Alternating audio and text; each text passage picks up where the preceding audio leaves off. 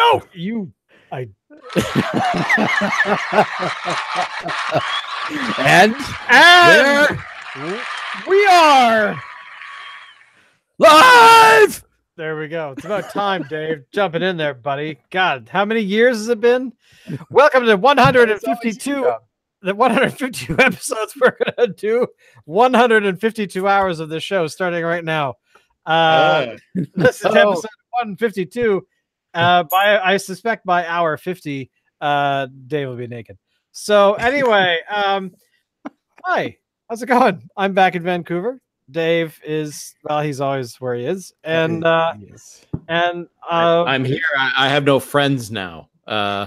Shane graced me with his presence last week, and it was wonderful to have him here to share my little sort of camera view here window thing with him. He unfortunately he went back to the big city, I guess, without visiting me. I would like to point out. Well, you live in like the ass end of the island, so I mean, I don't blame him. If there's a bright center to the universe, you're in the city that is farthest from. So, okay, so Shane, you picked the beer this week, but you kind of didn't. I picked the beer, but I messed up. I actually forgot it in Victoria, which is fine. Because it saved Dave's ass.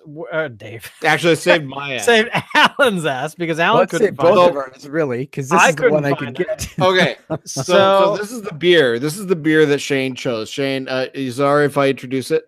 Yeah, no, go ahead.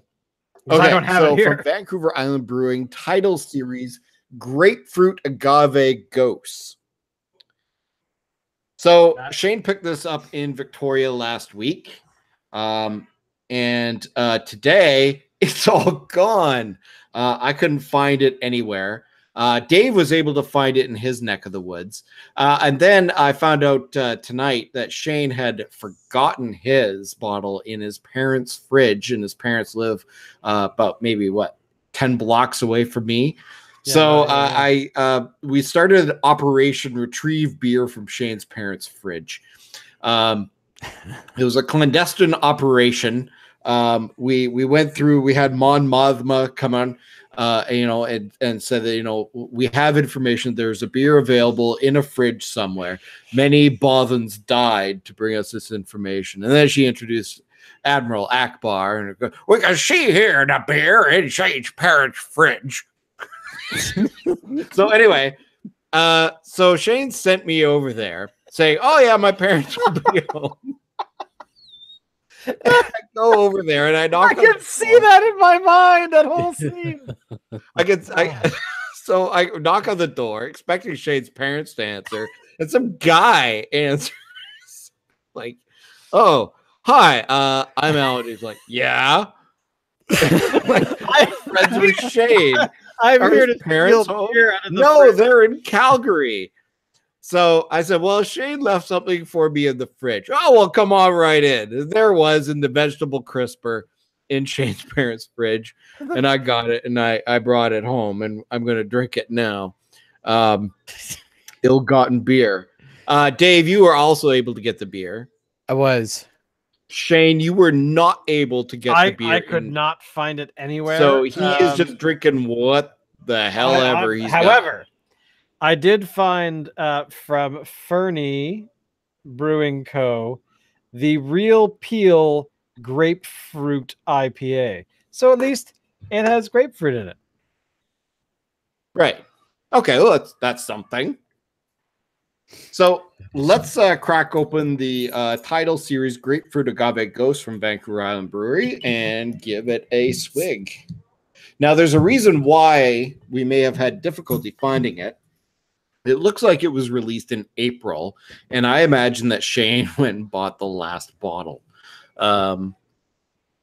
He insists that there were several bottles left on the shelf at the BC liquor store that he went to in Oak Bay. I question whether that was actually the case. Maybe he wasn't actually paying attention because it's Shane after all. Sorry. Oh. Okay, so sniff test. Smells like Shane's parents' fridge crisper. No. Smells like a sour.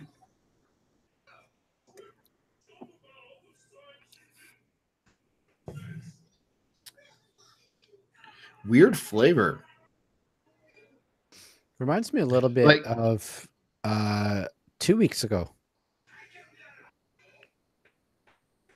I gotta say, the grapefruit is not really apparent. I'm gonna be honest. I don't know what agave tastes like. It tastes maybe like it what you're tastes- drinking. So maybe it tastes like agave. Now, Gose is kind of like a sour wheat beer, but I'm not really detecting a lot of. It's not. If I didn't know that it was a sour, I wouldn't know that it's a sour. Right. So if I look at the Vancouver Brewery website for the Grapefruit Agave Gose, it is a Paloma-inspired take on the esoteric sour wheat-style Gose. The moderate grapefruit is supported by restrained acidity and a hint of salt. Yeah, I'm detecting the salt. This approachable sour demands a sunny patio chair and no plans in sight. A sidecar of tequila wouldn't hurt either. Oh, that's interesting. It is 5% alcohol by volume, has an IBU rating of 7. Yep. What do you think of Dave? Well, like I was saying, it reminds me of the one we had a couple of weeks back. I don't remember which it was now. But it had this light thing going on. It's very light. There's not a huge amount of body in this beer. I'm thinking you're thinking of last week, maybe. No, remember last week was Krabby's. Right. 2 weeks ago was 150, where you had the juice. So maybe you're thinking of 3 weeks ago. 3 weeks ago was the mainframe. Okay, so 2 From weeks category was 12. The berriest of all was 149. That was the well, it doesn't matter. the blackberry session ale from 4 Mile. That was the one. I think that's the one we're thinking of. And Dave had one from not the same one, but also another session ale from 4 Mile. It was a different fruit though. And we both felt that was kind of underwhelming. I too feel that this is underwhelming, although it's interesting that they suggest having a sidecar of tequila with it. It's interesting. I wonder if that would change things a bit. I would assume quite a bit. Would it? Okay, first of all, what is a sidecar of tequila? For those of us who don't know. A sidecar of tequila. That's Shane actually a apparently very doesn't know good. either. I don't know either, but essentially a sidecar is really more or less booze. What else do you call it? Hallelujah. But it's sweet. That's the big thing. I see. Although most I don't know, most cocktails I've had tend to be sweet. But So again, would you put the tequila in the beer? Or would you drink it separately from, like, would you like have the beer and then the tequila? Well, you know the disgusting beer practice of dropping a shot glass of, like, what is it called? Yeah. What's that cough syrup energy drink thing? The Oh my Red Bull? Red Bull, and dropping it in some sort of alcohol. Jägermeister? The Jägermeister thing, yeah. Yeah, so like a Jäger bomb. So I think of that as kind of a gross abomination, but a lot of people love it for some reason. A lot of people drink Red Bull. Don't understand. But essentially, yeah, you drop that stuff into the booze, and then it somehow makes something tasty, which I think is probably as tasty as, I don't know, Dave's snot. So, you know, it's just something that your reaction, Dave, was priceless.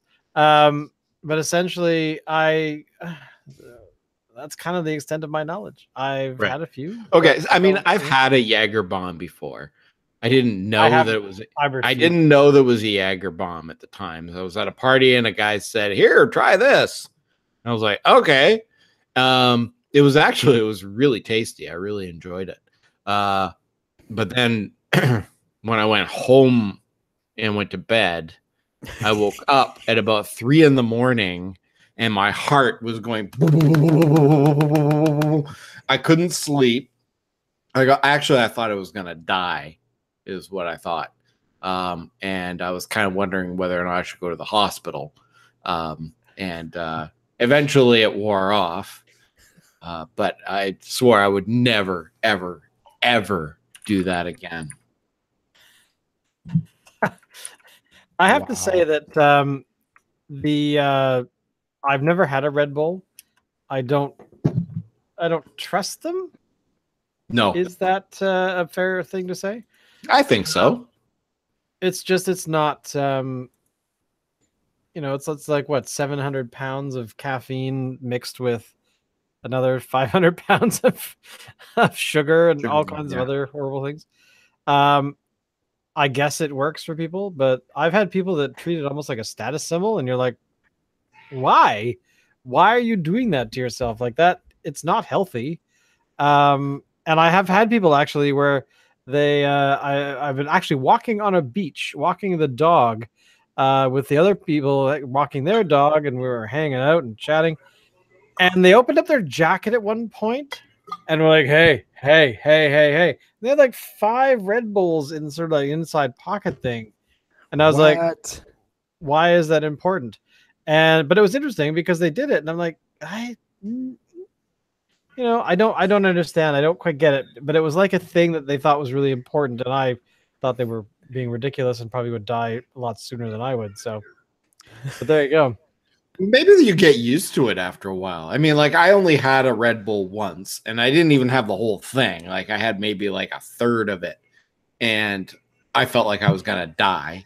But is it a case of, if you, like, when I first started drinking coffee, I really felt the buzz from it, and now when I drink coffee, I don't. Is it a matter of your body just getting used to it? And I don't know. It scares me, I think, more than anything.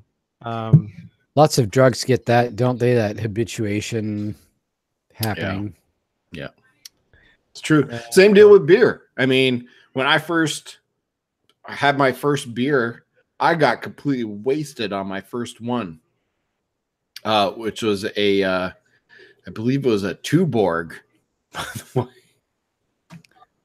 Sorry, a what? A Tuborg. It's a Tuborg. It's a German beer. I don't even know. I'm just picturing like 2 Borgs standing side by side, going, "We are here. Resistance is futile. You will drink the beer." So, but I mean, on one, I totally felt that. And if I was to have one now, I would not feel a thing. Like, it would be like drinking a pop. Yeah.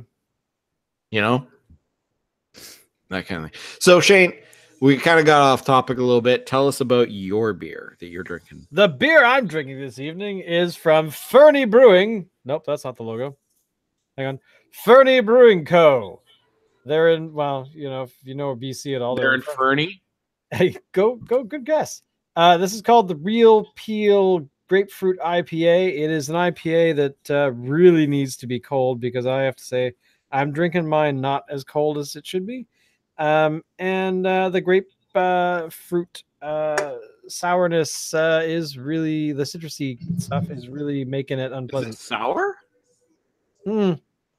It's just because, here's the thing with grapefruit beer. It's a citrus beer, right? So it has a lot of citrus acid in it. So if it's not cold, you can kind of get a very bitter flavor off of it, which is fine. I mean, it's not terrible. I'm just saying it's a little bitter because of that. So it's making it not as enjoyable as I'd like it to be. But that is not the fault of the beer. That is the fault of the liquor store not having a cool zone like they claimed on the sign. So thanks a lot, BC Liquor. By the way, stop. I have Hammer to say, time. BC liquor stores are really falling behind. Well, they're Like- they're in the process of actually being renovated. There's a whole bunch. I've seen like 4 or 5 Yeah. now that are way, they're brand new stores compared to what I remember. Mhm. So, but the one that I went to is on Canby, and they've been renovated, but they don't actually have. They have a cool zone, but it's like 2 fridges. So I don't know why they call they call it the cold zone. So you go into like a whole bunch of places that have a cold zone, and you will see like a wall of refrigerator with a wall of beer. Where this particular place is like 2 fridges, and that's it. Yeah. And one fridge is taken up entirely by Canadian and Coors Light. I know, So what That I know. So whatever. I mean, I'm never going to buy that beer. There are beer stores in Ontario where the store is a fridge. Like the entire store is like, you walk in the door and it's a fridge. Yeah. I feel bad for the people that work in those stores because they must have to wear jackets all the time. But whatever, I'm getting off topic. Hey, there was a message on our YouTube channel from our 150th episode. So if you'll recall, we had based the selection that particular week off of a suggestion from a viewer named Dave McCann. So he has responded to that episode. He would like to donate $5 for Shane to get a new webcam that doesn't go blurry every 5 freaking seconds. Yeah, I support that because I fully support that certainly too. buy a better webcam for you. Hang on. 'cause your Let me webcam fix it. Let me fix it. sucks. There we go. It's fixed. Yeah, this poor webcam. It's so it's 10 years old at least. Has been dropped so many times. It still kind of works. However, kind of as it goes blurry. Yeah, it has issues figuring out where the focus is. Like, yeah. So getting back on topic here, Dave McCann, he apologized for some reason. He apologized for screwing up our show. I'm using air quotes, screwing up our show. He did not screw up our show. He made a very good viewer request. We couldn't find the beer. That was all. Yeah. He is from Nanoose Bay. Which I'm glad he told us that, because on Saturday. Here's Dave. This is a thing for you. On Saturday, Dave, my schedule was looking pretty tame. I was gonna do a bit of work, and then I was gonna go to a funeral. Because Saturday's awesome on the island. Yeah. But I ended up having to do some more work, so I missed the funeral. And I thought, I have a car. It'll take like 2.5 hours to drive to Dave's house. Wouldn't it be funny if I drove to Dave's house and just showed up his front door? That would have been amazing. But then I thought, I don't know if Dave's working today. I don't want to ask him, because then he'll ask, why am I asking him that question? So sorry, Dave. But now it would have taken longer than 2.5 hours to get to Black Creek. Oh, 2.5, 3 hours. It's I've done it once before on the new highway. You can was true. You can put your foot down. You could you could drive fast. Yeah, it's doable. But Nanoose Bay is kind of like almost the halfway point. So we could drop beer off at Dave's place. Sorry, the other Dave, Dave McCann, Dave. Yes. So because he lives near Nanoose Bay, he said. So I'm sure he's probably having trouble getting beer around there. So Well, they have a Cascadia in Nanoose Bay now. What? They do. They opened one in 2017. Where? Nice. Of all places. I don't think there's one in Nanaimo, but they have one in Nanoose Bay. Well, if you actually look it up on their website, it does say that Cascadia Liquor, Nanoose Bay. So there you go. It's right like a downtown Nanoose Bay, I guess. Does Nanoose Bay have a downtown? Like, is that accurate to say downtown Nanoose Bay? They've got a couple of. Well, no, not really. I've been there a few times. I've driven through it. But you know, it's got beer. My biggest memory of Nanoose Bay, and this is going back a while. We used to drive through there to go to Qualicum and go camping when I was a kid every summer. And I remember there was a U.S. Navy submarine parked across from Nanoose Bay, and Greenpeace was always stationed in that little rest stop down at the bottom of the hill there, across from it, demonstrating. And they were there for years. I seem to recall Nanoose Bay was used for a long time by the U.S. for doing torpedo testing. Yes. Because the bottom of Nanoose Bay is really soft or something. Of course, my thought is, why are there no other soft areas in the ocean that you could use? But whatever. Yeah. So basically, they apparently did that. Maybe it was so, a cover up. I suspect everyone in the Nanoose Bay area probably will grow a third head or something, or antenna. Well, no. Like maybe they discovered like Godzilla or something underneath, and they needed to blow it up. Could happen. I saw, Pacific Rim. I know aliens could show up through underwater space portals. So we'll need to build big robots to punch them in the face. That for some strange reason have to be operated by 2 operators. Yeah. Hey, don't you diss the drift. Or whatever the hell that concept was. Let's move on from science fiction monsters being beaten in the face by large robots and vice versa. All right. Fine. Let's talk about Def Leppard. Def Leppard is in the news. Why are they in the news, Dave? Or who are you, Ellen? What's in this beer? By the way, this beer is like 6%, 7%. Yeah. There you go. And this is your 4th. All right. So Def Leppard is got its own beer now, made by Elysian Brewing in Seattle. They have released a Def Leppard Pale Ale that combines the British band's British roots with their popularity in the U.S. The brew is made with malt bodies of British ales with hops from the Pacific Northwest in the U.S. It's being launched to coincide with the group's 2018 North American tour, which kicked off this week. I didn't know this. I didn't know they were touring again. They're doing a tour?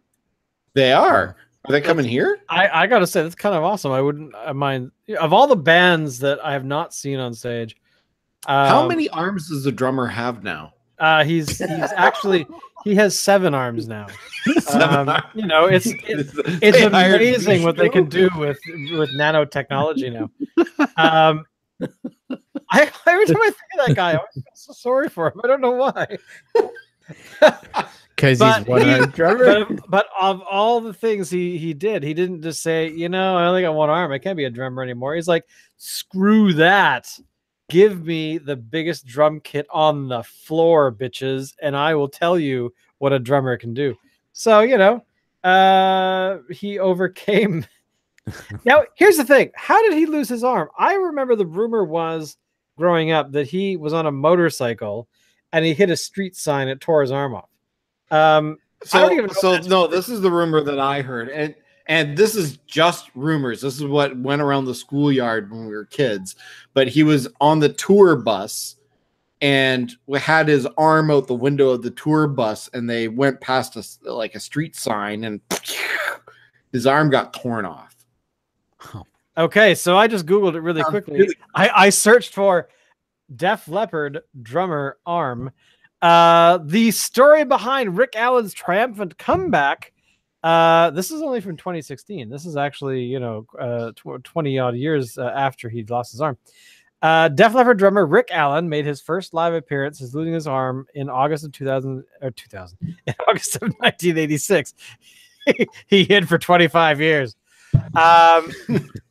Driving on the A57 near Sheffield with his girlfriend Miriam Berendsen on New Year's Eve 1984-1985, Rick Allen lost control of a 1984 Corvette Stingray and hit a brick wall. His seatbelt came undone and took his left arm as the drummer was thrown through the sunroof. Oh my God. Okay, I'm thinking like, you get thrown out of the door or through the windshield. No, he went up and out. Oh my God, that's horrible. After being told he wouldn't play again, he began a lengthy recovery program that culminated in his return to the stage in August of 1986. He says here that he came around in the hospital after his accident, was told that he would be there for at least 6 months, but I had a lot of visitors, including Mutt Lang, who lit a fire under his ass, who basically said, so what, you lost an arm, big deal, get back to drumming, you jackass. So there you go. Make me some money. So he basically had to go through a lot of rehab and stuff like that, obviously. But there you go. Basically, this story is quite long, and I suggest you Google it yourself. But essentially, yeah, he overcame the problem, and he basically decided that he was not going to be just an accident, I guess. So anyway, the can for the Def Leppard Pale Ale looks striking. It's got the Def Leppard logo on it. It looks like something like right out of the 80s. It's going to be carried at in Gene Simmons' restaurant chain, which is known as Rock and Brews Restaurant. By the way, I had no idea Gene Simmons had a restaurant chain. No, me neither. I have no idea if this is going to be available in Canada at all. If it is, I'm a big fan of Elysian Brewing. I wouldn't mind trying this. Yeah, but it's not the only band, of course, to make a beer. We have tried Trooper, who is Iron Maiden's beer, on the show before. Apparently, AC/DC is teaming up to make a beer. Kiss has made a beer called Destroyer in Sweden. And Metallica is going to be opening up their own whiskey distillery. They're all so far behind. Oh my God, I've forgotten the band's name. We did Trooper. Who did Trooper? I just talked about them. Iron Maiden. Oh, you said Iron Maiden? Oh, okay, sorry, you're right. Iron Maiden. Excellent. Excellent. Put them in the Iron Maiden. They're all behind Iron Maiden because Iron Maiden's been doing this for a while. Like they've been doing that for a decade at least. And Iron Maiden once again is a better. AC/DC has been doing wine for a while, but I don't quite know how. You know what? AC/DC doesn't strike me as wine. They do thing. I mean, I can see them having their own brand of cocaine. Thing. Angus Young is like a teetotaler, man. Like he does not drink for like 35 years, apparently. Oh wow. He's like a major. Hey, that's what his biography says on his website. So he's like he's not. I think supposedly his last drink was around the time when Bon Scott died. And he decided he didn't want to follow that. Really, that long ago? Yeah. So there you go. Our next story is as cool as the first, where all of your perceptions about Anthony Daniels as an actor, Anthony Daniels, of course, being the actor who portrayed C-3PO in the Star Wars franchise, was met up with Alan Tudyk, who played the character... Thank you, Peanut Gallery. She declared her love for Alan Tudyk, which, by the way, I love him too. Is it not Tudyk? I've heard him say it himself, like Tudyk. So there you go. Oh, okay. The character K2SO in well, up yours, man. And Rogue One, a Star Wars story, was all motion capture. He was on set doing the voice and doing a lot of the motion capture stuff, but of course he went to a studio and did more. But Anthony Daniels apparently asked him while at the premiere of Rogue One, saying, "Hey, were you in the suit?" Essentially, because if you've followed Anthony Daniels at all, which of course most Star Wars nerds have, and you know his career, he was really in the suit. It was for C-3PO, and he really had to basically suffer for the art because it was uncomfortable. No one really wants to be encased in metal. So apparently, Or carbonite. Carbonite. According to not to Van but according to Tudyk, he said, "Hey, wait a minute. Were you wearing the actual?" This is Anthony Daniels. "Were you wearing the actual robot costume, or are they doing it in motion capture?" Tudyk said it was all motion capture. Daniels replied, "You shit." And then later on, Tudyk ran into him after the movie and said, "Hey, what did you think?" And Daniels replied, "Fuck you." Tudyk, of course, saying that was probably the best compliment he's ever received. So I got to say, if Anthony Daniels walked up to me in whatever context and said, "Fuck you," or "Fuck you," or that was the worst British accent ever, but I would have sounded like R2D2. Oh, yeah. Was that Kenny Baker? That was Kenny Baker on a bender. But essentially, I would just slather myself in mayonnaise and be happy. Speaking of Kenny Baker, by the way, a shout out to the actor who played Og in Time Bandits, who I have to look up because I saw his website today. What the hell's his name? Mike something. Mike, where is he? Og, where? Yeah, Mike Edmonds. Mike Edmonds is a British actor. He's, of course, a little person. And the reason I was thinking about him today was I had my music playing while I was working earlier, and I was listening to, of course, in the shuffle thing, was it Men with Hats? Safety Dance. Who did Safety Dance? Men Without Hats. Men Without Hats. Thank you.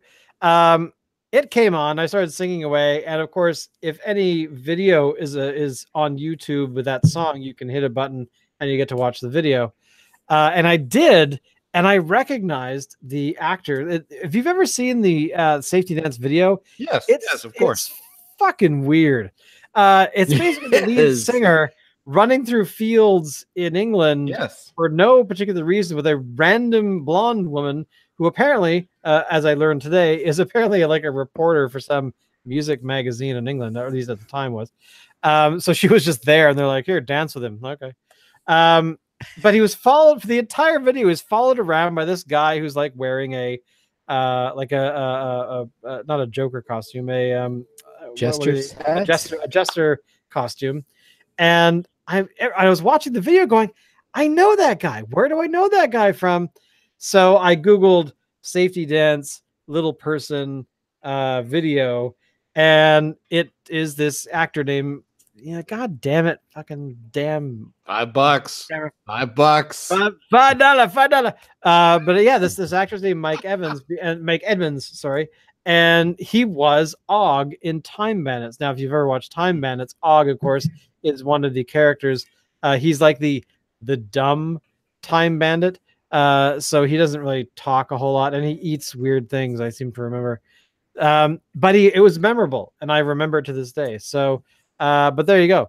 That was the only reason to bring up Mike Edmonds. Mike Edmonds, you're awesome. He was also in The Empire Strikes Back and The Dark Crystal and Return of the Jedi. He was Logray, an Ewok elder in that film. So anyway, there you go. He is 74 years old this year. So there you go. Wow. I don't know why I'm bringing that up, but there you go. It just popped into my mind. Well, hey, cool. This show is so incredibly awesome. So I gotta say, if you guys ran into somebody famous, and to get the context right, you're actually allowed to be there. It's not like you met them on the street. Pretend for some reason that us three became actors on a big, huge film, and we ran into a famous person who, tongue in cheek, told us to go fuck ourselves. Would that make your world? Like, would that be something you'd like tell everybody you know? I would certainly tell everybody I know, but I don't know if I take it as a compliment. Okay. Dave? Yeah, pretty much the same. I don't think it would make my world as such.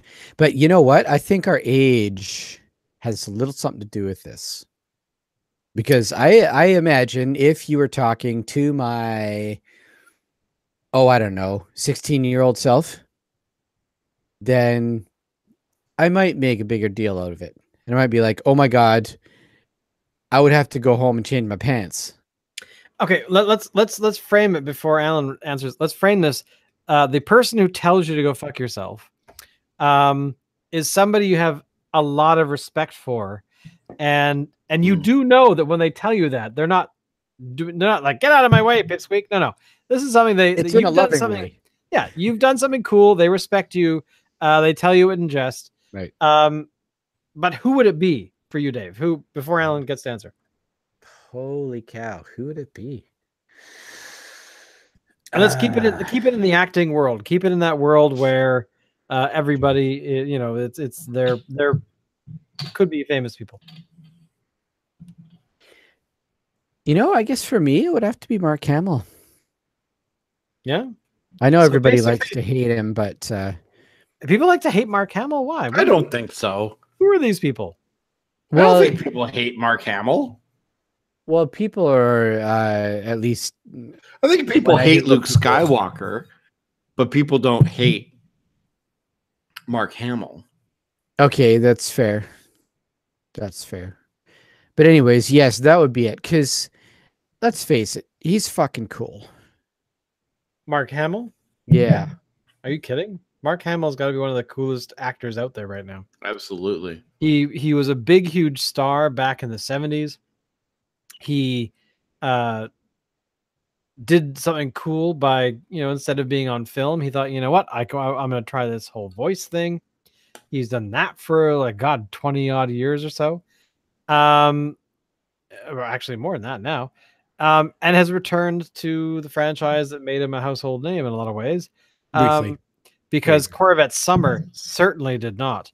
But then of course, he has done he's kind of, he's like William Shatner, where you get to a point where fame, as apparently this is like a common thing where fame gets so big for an individual that they do one of two things. They become a complete dick and they read their own press, which apparently is like the rarer way of going. And then you have the more common way, which is people just make fun of themselves because what can you do? You don't control the fame monster. So, it took a long time for, I think, William Shatner to get there, but he eventually did. Where now he's able to be a real human being rather than being a star. I mean, if you've watched a lot of the interactions and things he does, like at Comic-Con, where he normally big name stars are kept behind, the curtain for for their events or whatever, their panels or whatever they do. Right. But Shatner's sort of one of those few actors that actually goes out and walks the floor and does stuff, and people are just freak out stuff. That's cool. Because there's this whole thing where a lot of actors do the same thing where they're dressed up in something where you won't recognize them. But and I'm assuming Shatner's done that too, but maybe not. But essentially, I've seen him many times where he's recorded a video of himself just wandering around, and whatever you think of Shatner, egomaniac or whatever, he seems to be a very personable kind of guy, and he's able to poke fun at his career now, and has for a while. But I think that going back to Hamill, I think Hamill's kind of the same thing where he can't really go anywhere without being recognized, I think, a lot of the time. And now he's able to go, I've done all this cool stuff and half of it's completely whatever. And, what else can you do? You have to have a humor about it, I guess. I think you would, or you'd start losing your mind a little bit, I would think. I think so too. Yeah, totally. Alan, who would be your top famous person to tell you to go and fuck yourself? I'm going to cheat a little bit here. I have 3 different phases in my life where there would be a different This is not my final form. So Harrison Ford in the beginning, Harrison Ford was my idol. He still is, you know, to a degree. What's your first child's full name, Alan? Okay, so my last name is Ford. My first son, his middle name is Harrison, and the only reason why that's his middle name is because my wife wouldn't let me use it as the first name. Oh, really? Oh, I didn't know that. Yeah. So yeah, Harrison Ford is his name.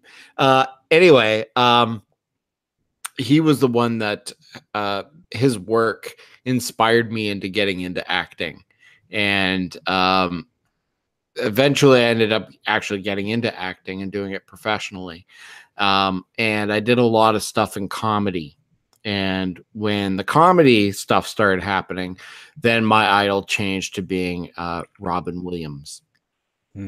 And as I started to get more and more into comedy and seeing the history of it, it became more Andy Kaufman. Now, Andy Kaufman has been dead for a long time, or has, or is so he? We've or is told. he?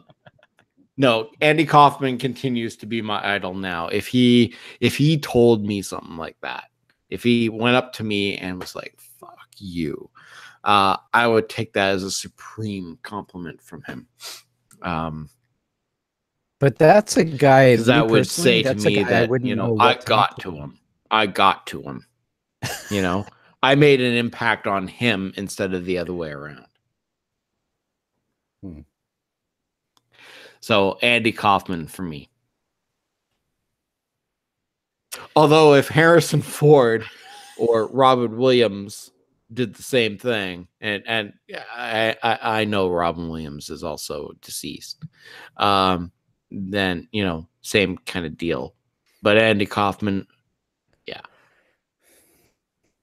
Personally, I'd rather from the other two, because with Kaufman, you don't know if he's actually going for like the insult or for the poking fun. Poking fun. He always poked fun. He never insulted. He insulted as a means of poking fun.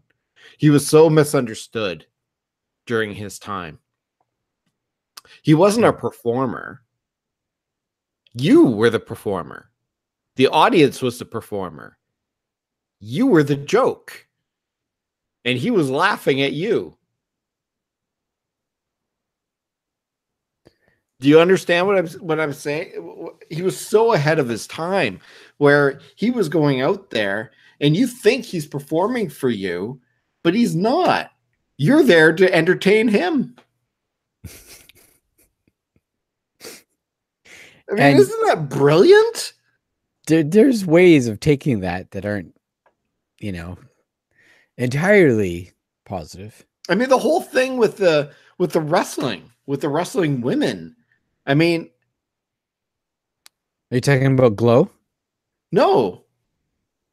So Andy Kaufman, at one point, decided that he would be, he was a big fan of wrestling, and he knew the whole thing, you know, like the heel and the good guy and all that kind of stuff. And he decided what he was going to be a heel. But he couldn't compete with the men, so he started a wrestling thing where he only wrestled against women because he could beat them. And, you know, he did this on various shows and stuff like that, and he would challenge women in the audience, and he did this around the South and all that kind of stuff. And he would do these like before the actual match would start, especially down in the South and everything, you know, he would pull out, you know, a bar of soap, and he goes, "This, everybody, is soap. You use this to lather yourself up and clean yourself," you know, and all this stuff to make Hicks feel supposedly to hate him. you know. But nobody, it turned out that nobody got the joke. You know, only he got the joke. And it ended up being his downfall. Have you guys seen the it's on Netflix? That's where I saw it anyway. It's called Andy and Me. Yeah. If you actually haven't seen that, I do recommend it. I watched some of it. I have not watched the whole thing. I would watch the whole thing because it is fascinating how to basically watch people doing a series of basically a lot of work that you only hear about, you know, where it's like, oh, so-and-so's a method actor, you know, when he's in a film with such and such and he's doing these things, he actually goes out and does the drugs or has the sex with, you know, horses or whatever the show is about. I don't know where that came from, but there you go. But essentially, yeah, you've got these individuals who are committed to the artwork. And I don't think, I mean, I don't know Dudeface's career that well, Jim Carrey's career that well, but I've seen enough where you could see somebody who got away with being ridiculous for a long time, and being ridiculous basically equated to being somebody with talent. But I think he got bored. I think it was too easy. You know, if I just do, people laugh and I'll get a paycheck and life will be fine. Mm-hmm. Which, you know, you could do that for a while, but I think that anyone doing the same thing for an extended period of time, say, I don't know, I'll pick 10 years, do get bored. You know, sure, you've done the thing, you know how to do the thing. And yeah, you could be there doing that thing for money, but if you have that ability, do something else. So then he basically dropped acting entirely, and went off to be a painter, I think. Yeah, and he went off and he's been doing all this painting for, you know, the last 15 years or so. So people go, oh, his career is done. No, he wasn't done. I mean, granted, he had a lot of money by the end of it. So, but he had the freedom, he had the cash flow to actually go, okay, well, for the next decade of my life, I want to learn to paint and I want to try and be a painter. Why? I don't know, because it's good for me. I like it. So who cares? And then of course, now you see him in the past, like 6 months where he has 2 very strange films. Well, actually not strange because they're weird, but things you would look at his name and go, oh, he's starring in what? You know, like he's like, I think one of them, he's like a gumshoe or something in a Swedish murder mystery film, which I saw the trailer for, and he barely speaks. His character apparently doesn't say a whole lot in the entire film. Mm-hmm. And he's got an accent, the whole thing. So I'm excited to see that one. I can't remember the name of it, but I'm excited to see it because I want to. I really like that stuff where you see individuals who do put themselves out into the public eye and are able to, you know, they do their thing, but then they turn around and go, okay, well, I'm kind of done that thing. And actually, Robin Williams did the same thing. If you watch, I think his first or second, I think it's Live at the Met is the show. And at the end of the thing or somewhere in it, somebody yells out, sorry, oh my God, Mork. Mm-hmm. And he actually just says flat out, no, I'm not here to do Mork. I'm here to do other stuff because Mork is one thing and I want to do other things. So, and what's his face, punished his audience. Andy Kaufman, did that famous scene in the film, but essentially Kaufman was hired to do comedy at a university or something. Mm-hmm. And he decided to punish the audience because the audience were wanting him to do Latka.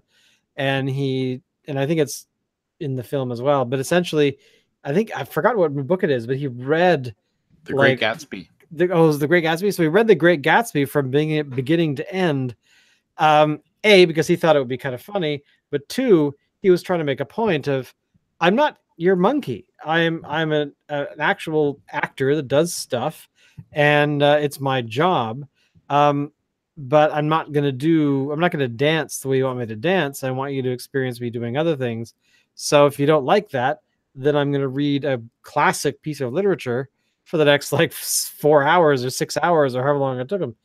So, it's that kind of stuff, because, that fame monster can really eat people alive. And I think if you're not able to handle it, Ben Affleck, then, I mean, to me, Ben Affleck is one of the perfect examples of somebody who is not able to handle it, either through himself, just because of who he is, or maybe from he was the people bomb around at him. Phantoms.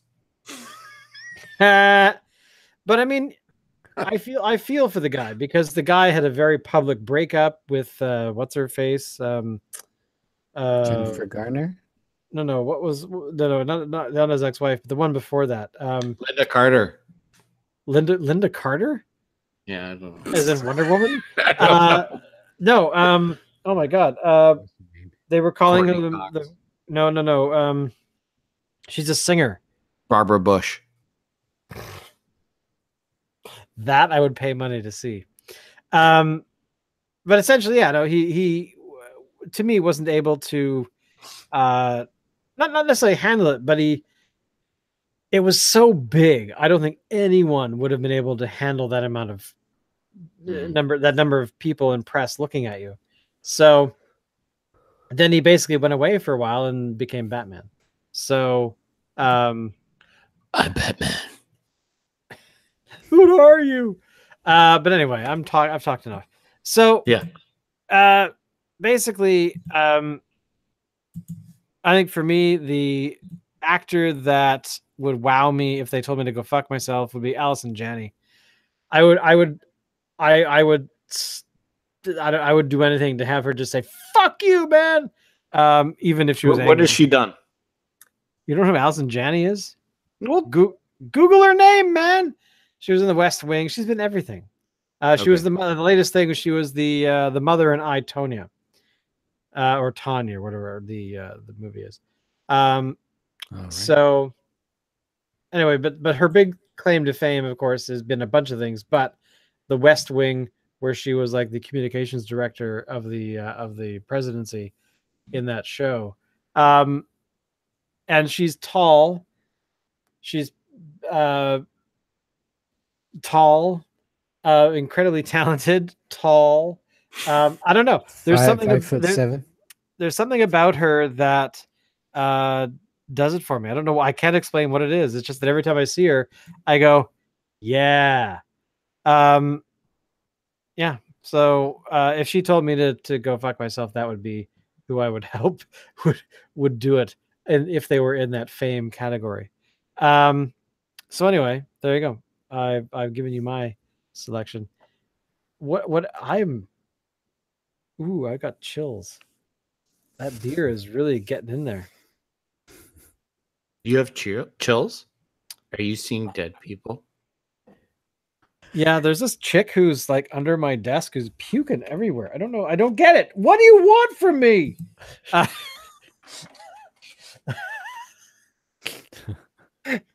I'm assuming you know the character I'm speaking of. Yes. Yes. Anything else of this past week of note in your lives worth reporting to the masses? No, I don't think so. Nobody wants to know about me. No. Wow, guys. Wow. Well, what should we be reporting? I don't know. That's what I had a nice visit with you.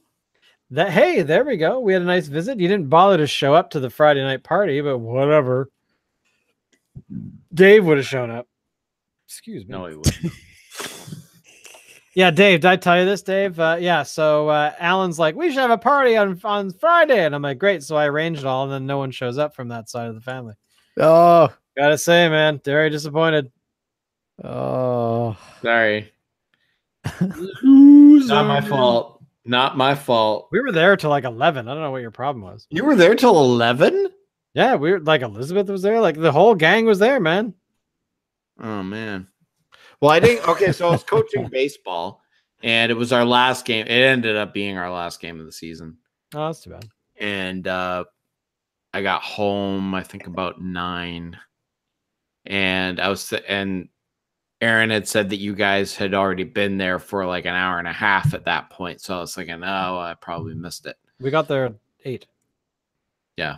So, oh well. Lame. Excellent. Lame. Totally lame.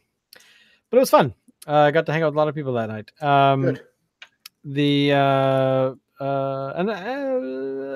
I got nothing else. I'm too tired.